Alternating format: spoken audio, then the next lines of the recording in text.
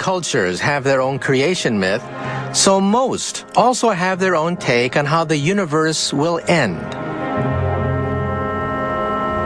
In the 11th century, the ancient Norse myth of Ragnarok predicted that the universe, and time along with it, would end in a desperate battle between the forces of good and evil.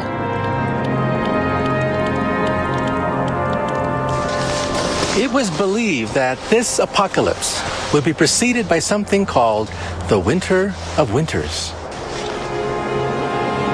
an epic ice age, during which all the stars would gradually vanish from the sky. How the universe will end continues to preoccupy us over 1,000 years later.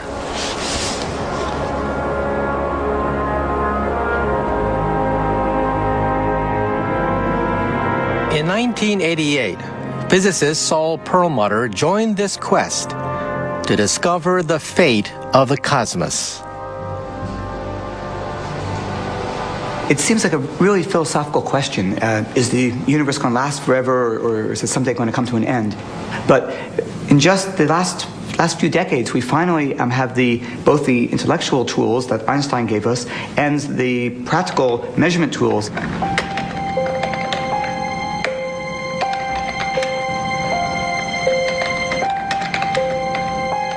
Saul believed that the destiny of our universe was linked to the rate at which it was expanding. Since the 1930s, we've known that the universe is expanding, and everybody's understanding was that it would be slowing down in that expansion because all of the stuff in the universe would gravitationally attract all the other stuff, and so it would slow the expansion down little by little. This would result in the universe collapsing back in on itself in something called the Big Crunch, bringing time to an abrupt and violent halt.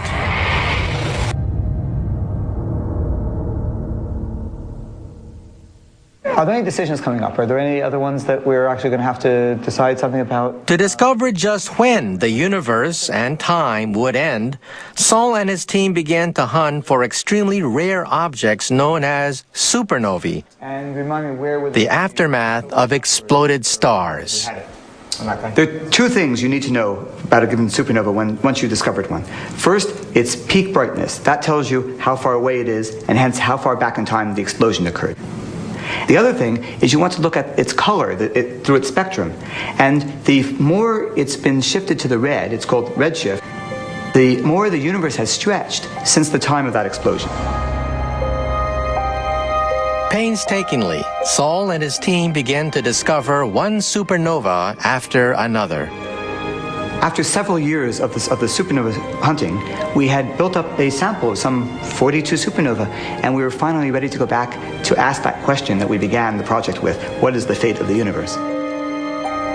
But the answer they came up with came as something of a shock. When we finally graphed the results, we found a very surprising result. Apparently, the universe is not slowing down. It was actually speeding up, and that was the big surprise.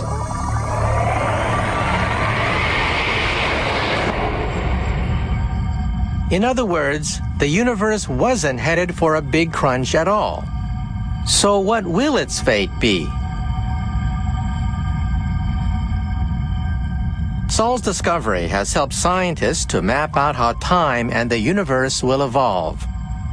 An incredible space epic separated into 5 long ages. The first of these was the primordial age, starting with the Big Bang and the birth of time. Lasting only 350,000 years, that's long gone.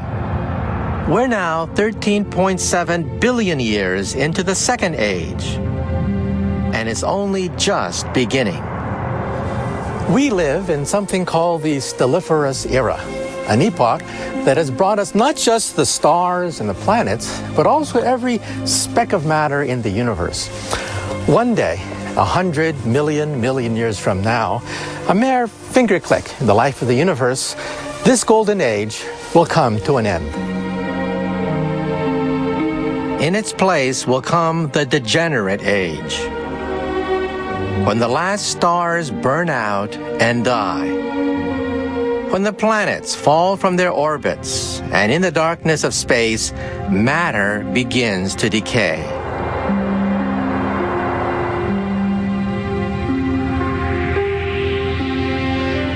After a truly unimaginable length of time, only black holes remain.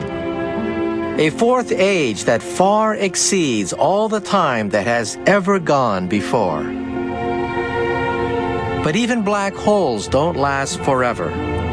Little by little, their thermal energy will leak away, until ultimately they too disappear. So what does this mean for the future of time? Does the death of our universe mean that time is destined to run out? Or is time really eternal, without end? Even as the last black hole evaporates, a fifth and final age is beginning. The age of the photon, in which time finally fragments into total disorder.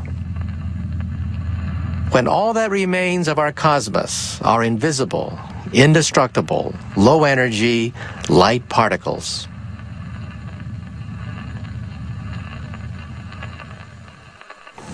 For Saul Perlmutter, this cold chaos represents the ultimate destiny for time.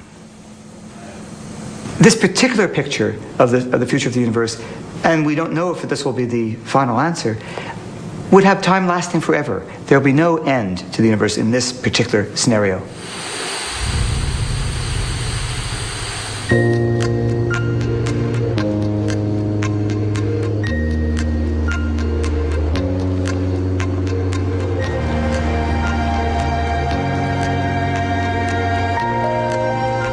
As we look out to the vastness of time that lies ahead, we begin to notice something truly incredible. As we move from one age of the universe to the next, we see that the nature of time itself begins to change. Time evolves. Ultimately, the strange and chaotic behavior that we can only glimpse inside the atom may in general become the nature of time throughout the entire cosmos. And if we could somehow hang around to experience it, we might not even recognize it as time at all. Because just as particles can be in many places at once, so in our quantum cosmos, we might uncover many universes, each one with a time of its own. So this new perspective of time over the whole life of the cosmos makes us look at our time from a new point of view. The time that we feel passing, the time that we know and trust, may be something of an illusion that allows us to make sense of our place in this tiny corner of the cosmos.